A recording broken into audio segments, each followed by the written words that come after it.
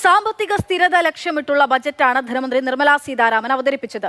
വമ്പൻ പ്രഖ്യാപനങ്ങളൊന്നുമില്ലാതെ ഉൽപാദന മേഖലയ്ക്കാണ് മുൻതൂക്കം നൽകിയത്. 12.2 ലക്ഷം കോടി രൂപയാണ് അടിസ്ഥാന സൗകര്യ വികസന മേഖലയിലെ നീക്കിയിരിപ്പ്. ഏറ്റവും വേഗത്തിൽ ലോകത്തിലെ 3ാം സാമ്പത്തിക ശക്തിയായി മാറുകയാണ് രാജ്യത്തിന്റെ ലക്ഷ്യമെന്ന് പ്രധാനമന്ത്രി നരേന്ദ്രമോദി അഭിപ്രായപ്പെട്ടു.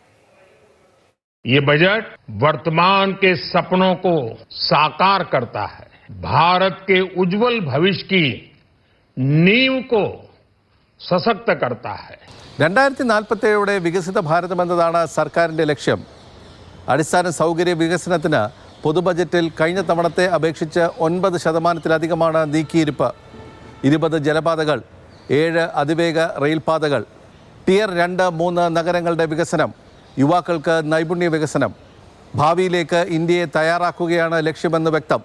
അതോടൊപ്പം 16ാം ധനകാര്യ കമ്മീഷന്റെ നിർദ്ദേശങ്ങൾ കണക്കിലെടുത്ത് സംസ്ഥാനങ്ങൾക്ക് 1.4 ലക്ഷം കോടി രൂപ ഗ്രാൻഡായി നൽകുമെന്ന് ധനമന്ത്രി പ്രഖ്യാപിച്ചിട്ടുണ്ട്. യുവശക്തിയിൽ അടിസ്ഥാനമാക്കി പാവങ്ങൾക്ക് വേണ്ടിയുള്ള ബജറ്റ് എന്നാണ് ധനമന്ത്രി ആമുഖ പ്രസംഗത്തിൽ പറഞ്ഞത്. India will continue to take confident steps towards Viksit Bharat, balancing ambition with inclusion. 2027 ധനക്കമ്മി 4.3% ധനമന്ത്രി പ്രതീക്ഷിക്കുന്നത്. GST വരുമാനമാകട്ടെ മൊത്ത ആഭ്യന്തര ഉൽപ്പാദനത്തിൻ്റെ 11.2%. അമേരിക്കയുടെ 50% തീരുവയ്ക്ക് പുറമെ ആഗോള രാഷ്ട്രീയ സമ്മർദ്ദങ്ങളും ഇടിയുന്ന രൂപയുടെ മൂല്യവും ബജറ്റ് തയ്യാറാക്കലിനെ സ്വാധീനിച്ചിട്ടുണ്ട്.